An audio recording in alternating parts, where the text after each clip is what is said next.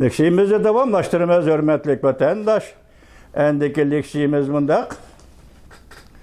Bugün çislak 2024 yıl. 12. ayının 27. günü heptige Perşembe. Vatandaş.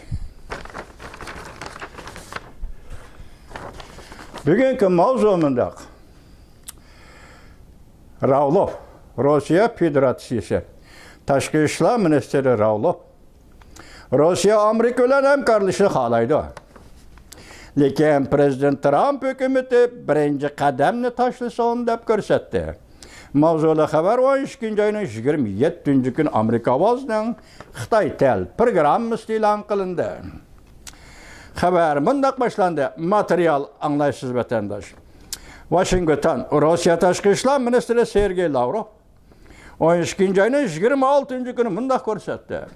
Agar Prezident Trump hukumati Amerika-Rossiya munosabatini yaxshilaydigan niyati bo'lsa, Rossiya Amerika bilan hamkorlashishni xohlaydi.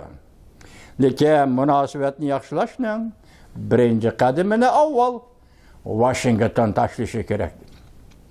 20 yilcha tashqi ishlar ministri bo'lib ishlagan Sergey Lavrov Moskvada o'tkazilgan muxbirlarni kutib olish yig'inida yuqoridek ifoda bildirdi. Bu yil 11 oyning 5 kuni Amerikada umumiy saylovda g'alaba qozongan Prezident Donald Trump 1 oyning 20 kuni qasam berib vazifaga o'tirdi. Prezident Trump va'da berib 3 yil davomlashgan Rossiya-Ukraina urushini 24 soat ichida oxirlashtiraman degan edi. Bu fikrga ergashib Rossiya prezidenti Vladimir Putin bilan Ukraina prezidenti Zelenskiy urushni oxirlashtirish to'g'risida ifoda bildirgan, lekin urushni oxirlashtirishning konkret chora tadbirlari to'g'risida hozir tashqi dunyo butunlay xabarsiz. Prezident Trump urush to'xtatishga munosabatli tayinlagan alohida elchi Kes Kellogg 12 oyning 18 kuni Amerika Fox xabarlarining ziyoratini qabul qilganda bundoq ko'rsatdi. Rossiya Ukraina ikki taraf tinchlik suhbati elib berishga tayyorlik qilyapti. Balki Prezident Trump intayin yaxshi bir fursatda turib, urush to'xtatishni ilgari surdi. Yana baş elchi qilib tayinladi. Kes Kellogg tayinladi. 12 oyning 18 kun muxbirlar shundoq dedi. Vladimir Putin prezident qo'shildi. Ukraina prezidenti Zelenskiy qo'shildi. Suhbat o'tkazish qo'shildi. Hozir Amerika Qo'shma Shtatlarining yangi saylangan prezidenti Donald Trump intayin yaxshi fursatda turibdi. Bularning tinchlik suhbatini ilgari surdi yoki tinchlik suhbatiga haydakchilik qildi. Yana bir yangi xabar vatandoshim. Prezident Trump Panama kanalini Nemishqa qaytarib kelmoqchi bo'ldi. Panama Amerika Cumhuriyeti davlatining adovatlari. Panama va Amerika Cumhuriyeti davlatining adovatlari. Mavzuli xabar 12 oyning 27 kuni Amerika ovozidan Xitoy tel programmasi e'lon qilindi. Xabar bundoq boshlandi. Washington, Amerikada yangi saylangan prezident Trump yaqinda O'rta Amerika davlati Panama to'g'risida qattiq so'z qilganligi sababli diqqat qo'zg'aldi. Tashqi dunyoda diqqat qo'zg'aldi. Prezident Trump bundoq ko'rsatdi. Panama qonunini boshqaradiganlar Amerikadan oladigan pul toza odillik bilan elinadigan pul bo'lolmay qoldi. Ya'ni Panama qonunidan Amerika savdo parxodlar o'tadi. Amerika qatnash, naqliyot ishlari bu yoqdan yaqin mushu kanaldan o'tadi. Shu vaqtida bu Amerikaning parxodlaridan oladigan pul benormal. Yoki odatdagi bozor shaklida bozor baho bo'yicha emas, Amerikaning parxodlarida yuqori darajada bajalash Şu sebeple Prezident Trump bu yerda nima dedi? Amerika parxodlaridan oladigan pul taza normal bo'lmay qoldi. Agar bu tuzutilmaydi ekan, Amerika bu kanalni, ya'ni Panama kanalini qaytarib oladi. Prezident Trump yana bunday ko'rsatdi. Jungoning Panamada ta'sirini kengaytishiga qarshi turmas. Masalan, mag'zimi ekan bu mana. Jungoning Panama bu davlatda, balki Panama kanali ta'sir doirasini kengaytishiga qarshi turamiz. Prezident Trump Christmas bayrami arafasida Panama bilan Jungo to'g'risida bir parcha fikr qoldirdi. Masxara qilib mundaq dedi. Ko'pchilikning Christmas bayramini tabriklayman. Jumladan Jungoning munavvar askariy ballarini tabriklayman. Demak, shunga qaraganda hozir Panama kanalida Jungo bu kanalni boshqarish huquqini qo'liga keltirib, bu yerga allaqachon askaravatgan gapmi? Vaqtida bu yomon eg'ir bo'ladi-ku vatandosh. Amerikaning beqanadagi davlat Panama kanaliga Jungo kompartiyasi u yerdagi iqtisodiy manfaatlarini qo'g'dash uchun askariy qism evatgan bo'lsa, bu intayin eg'ir ish bo'ladi. Vaqtida Prezident Trumpning so'zlagan so'zimi acayip del joyida to'g'ri so'zlagan bo'ladi vatandosh. Deydi, Jungoning munavvar askariy ballarini tabriklayman. Ular ruhli holda va qonunsiz holda Panama kanalini egalladi managa. Demak, Jungoning askarlari ruhliq, ya'ni tetik, hech nimadan aymanmay, hech nimadan qo'rqmay Panama kanalini egalladi va qonunsiz holda Panama kanalini egalladi. Prezident Trumpning so'ziga so'zi. Amerikaning necha milliard dollar xarjlab Panama kanalini yasaganligini ular unutib qolmasligi kerak. Lekin bu to'g'rida Amerikaning hech qanday fikr qilish huquqi yo'q. Demak, hozirgacha Amerika fikr qilgan emas, fikr qilmadi, fikr qilish huquqi yo'q bo'lib keldi. Gap qilmadi hozirgacha. Rasululloh boshqa prezidentlar bu to'g'rida bir og'izmi gap qilmadi. Ya'ni birinchi bo'lib Prezident Donald Trump gap qilyapti vatandosh. Yaqinda Prezident Trump O'rta Amerika davlati Panamaga qattiq pozitsiya bildirib, Panama kanalini qaytarib olaman degan edi. Panama vatandaş taxminan 20-asrning 10-yillari, ya'ni 1910-yillarning oldi keynida Panama xalqi qo'zg'alib o'rnidan turib, asli Amerika Qo'shma Shtatlarining boshqarishidagi Panama edi. Shu vaqtda o'rnidan turib bizning mustaqilligimizni bergin debdi. Amerika Qo'shma Shtatlari bir pay o'qatmay, yoki ularning yuziga bir qachat urmay, yoki sen va'daga yoki yaxshilik yomonlik qildingmi demay, ma'qul Panama ala mustaqillik huquqini ola degan. Amerika xalqi va Amerikaning har navbatdagi hukumatlari Panama kanalini qurib chiqish uchun milliardlagan dollar xarjlagan vatandosh.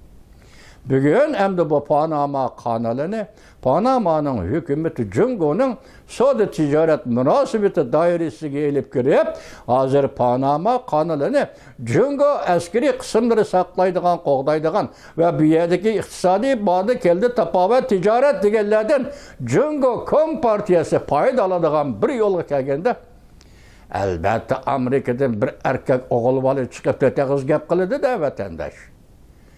Mana bugün Prezident Trump şu gapni qildi. Yani bunun keyingi taraqqiyoti qanday qiladi? Buni bilgili bo'lmaydi. Prezident Trumpni qo'llaymiz vatandoshi. Bu masalada qo'llaymiz. Pulni, dollarni Amerika chiqarib, kanalni yasashga bugün endi kelib, uni Jungoning askariga qo'g'daydigan, u yerdan foyda tapovatni yanchiq soladigan, dollarni yanchiq soladigan Jungo kompartiyasi bo'lgan bo'lsa, Amerika bugün Prezident Donald Trump'ның aşındaq sözünü qilishi intayin to'g'ri vatandosh. Yani bir xabar, siz bunu anlab qo'ysangiz vatandoshim. Buningda nima deyildi desa, mavzumunda 2024-yili Jungo Kompartiya armiyasi ichida yüz bergen mislsiz güreş. Mavzulu haber 12 ayının 26 günü Venvet orbitida e'lon qilindi. Xabar mundaq boshlanadi. Yaqinda Amerika Qo'shma Shtatlari Davlat Mudofaa Ministrligi e'lon qilgan Jungoning harbiy kuchi to'g'risidagi dokladda Jungoning armiyasini chiriklashga qarshi harakati alohida tilg'ilindi. Jungo armiyasi ichida, Jungo partiyasi ichida chiriklashga qarshi kim? Sen chiriklashish gepi aslida qarshi turdig'ing partiya. O partiya qaysi? Jungo Kompartiyasi partiyaning a'zosi, sekretari, generali, marshali, Benjangi, vizvot komandiri, Lianjangi, mushlarning hammasi Jungo Kompartiyasi. Bularning ichida hozir chiriklashish boshlandi. Qarab turing, Amerikada, kechiringlar, Jungo Kompartiyasining hokimiyat beshida kimning tura olishi şu Jungo Kompartiyasi armiyasining huquqini qanday kontrol qila olishiga bog'liq vatandosh. Ya'ni men demoqchi bo'lganim, bu general shu Kompartiya sekretariga yaqin turish kerak. Bu marshal shu Kompartiya sekretarini qo'llash kerak. Mavzudan ayni chaqda 1962-yili özü sizib, özü küzütüp yetib, armiya ichida bir o'zgarish bo'layotganligini, masalan, general va marshallarning toza chiroyi uchuq emasligini, mavzudagi uchuq chiroyi bilan qaramayotganligini 10 yil ichida, 50-yil, 49-yil mustaqillik jakarildi, shu 10 yil ichida bo'layotgan ishchi bu. Ko'rib yetgan mavzudan bu Xitoy, sezgir Xitoy edi. 1962-yili mustamlika Uyg'uriston bilan Hindiston chegarasida urush qo'zg'ab, armiya ichidagi general bu kadr bu amaldorlarni tangishib oldi. O'zini qo'llaydigan askariy kuchni yeniga keltirib oldi. Ondan keyin nayt eg'ir bir kunlarda Limbiyo general marshal Limbiyoning voqeasi chiqdi. Çünkü bu çağda armiya içinde Jungo'da barlıq generallar ve barlıq marşallar armiya zaten kakaroyu her bir formikaya her kandak adam Limbiyonun sözünü anlaydıgan, Mavzu'nun sözünü anlamaydıgan oldu. Şununla asası kanununda özgertti Limbiyonun Mav reis dep baktı. Asası kanununda bundak özgertti izbasarım dep baktı. Hemmisi köngli cayığı düşmey. Limbiyaga ishonmay, oxiri Limbiya o'ttirdan chiqarib etishni xiyolga pukib, oxiri Limbiyani tashqi Mong'oliyaning Vindirxon degan havo osmoniga avatib, o'zi raketa bilan aeroplanni urib tushirib, Limbiyani oila, jamiyati va bola chaqasidan o'ldirdi. Jungoda armiya huquqini mavzudan qo'liga tushadi vatandosh. Deng Xiaoping davri kelganda onun ehtiyoji tushdi. Armiyani qo'lga keltirmaguncha Huagopingni reis deb mavzudan belgilagan Huagopingni amaldan elib tashlashga mumkin bo'lmaydi. Shunga avval armiya huquqini qo'lga keltirish kerak dedi. Ikki masala. Birinchisi Deng Xiaoping shu vaqtda avval Amerikani ziyorat qildi. İkincisi o'zining shaxsiy muddai yoki huquqni mustahkamlash. Shu vazdan 1979-yilda Vyetnamga tajovuz qilib urush qo'zg'adi vatandosh. Vyetnamdan chekinishim ham shundoq tiz bo'ldi. Chunki sabab yo'q, muddao yo'q, adolat yo'q yoki paydizeya yo'q, hech nima yo'q. Quruqli faqat o'zining huquqini qo'g'dash uchun boshlagan urush edi. Vyetnam urushi, Jungo Vyetnam urushi. 79-yil 2-oyga kelgan vaqtda Rossiya shu vaqtgi sobiq Sovetlar bayonot e'lon qilib, 100 ming kishilik Xitoy armiyasi Xoniga Vyetnamga yaqinlab keldi, shaharga yaqinlab keldi deganda bayonot e'lon qilib, to'xtab qolmishadi dedi Rossiya sobiq Sovetlar. Bütün chegaraga Jungo Sovet chegarasiga, bütün chegaraga Rossiyaning askariy qismlarini to'plab bo'ldi. To'xtab qolmish joy dedi. Deng Xiaoping badar tikib etdi. Xoneydan chekindi, Vyetnamdan chekindi. Mana shunday qilib, mush urush jarayonida keldi, katta urush jarayoni Deng Xiaoping azatliq armiyaning qo'llashini qo'lga keltirib, Huagopingni elib tashlab hokimiyat beshidan uning o'rniga o'zi Jungoga katta bosh bo'lib o'ltirdi vatandosh. Can Zemin devre kirgende tohu yörek deyli onu. Onun mavzundaki, dün şavupundaki yöreki yok. Onda inkılapka katnaşkan adam emez. Şuna bu korkancak adam ikinci bir devlet tecavüz kılman degen niyetin bulalığını yok ve tecavüz kılışçı iktidarı mı yok vatandaş. Can Zemin kanda kıldı intayin. Özün kim ekanligini aşkarlaydigan yoki Xitoy degan millat va Xitoy degan partiyaning kim ekanligini aşkarlaydigan bir usulni qo'yib turib, bütün armiyani tijorat qilinglar deb tijoratga qo'yib etdi. Qasqonliq shapka kiyib olgan Lianjiang batalyon komandiri bu. Qasqonliq shapka kiyib olgan vezvot komandiri bu. Yok kurdum marşalgıcı Cungo'da hazır 2 milyon 3 milyon armiya Can Zemin devirde hemmisi ticaretke tapavetke kirdi.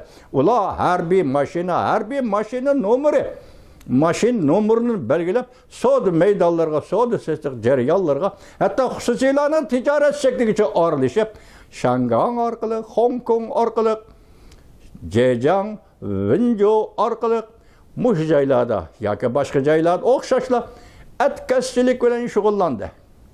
Armiye etkesçilik kıldıgan boldu. Armiye pul tapıdıgan boldu. Bugünkü çürüklüşeş, bugünkü jirikliş degan sözlerinin hemmisi Can Zemin devirden kalgan edi. Kıskartayla sözümüzde bugün muş vecdin Reis Xi Jinping neme kılarını bilelmedi. Hazır armiyanın hukuku bütünle koldan kitip oldu. Yani canı yuşa elip oldu. Endi hazır köreş partiya ile armiya oturusundaki köreş. Endi armiya bu köreşte derhal həsilep olduğu çıkanmaydı. Çünkü onda kaydı yok. Evvel partiya sözdeydi, ondan armiya sözdeydi degendek. Çıkalmaydı. Muşunda beyti hazır Cungo'da hem armiya hem partiya Däküdeki muşunda işe düştü. Başta aytkandak limu yang degendek hazır. İkinci ayda muşu vaziyette Reis Xi Jinping istifa berişi mümkün. Şundakla Rongyan'ın nazarı degendek bugün Cunnankayda bölünüş, parçalanish, çeçiliş ve merkezden yiraklaşıştan ibaret muşundak bir siyasi kurash Cunnankayda başlandı. Hazırki vaziyetimiz mana şu. Muşundak vaziyeti uygar. Ornadan ders turup hem partiya içinde küreşni hem armiya içinde küreşni keskinleştirdi vatandaş. Uygardan Suriye'deki koluğa kural alan azimetlerge. Min rahmet.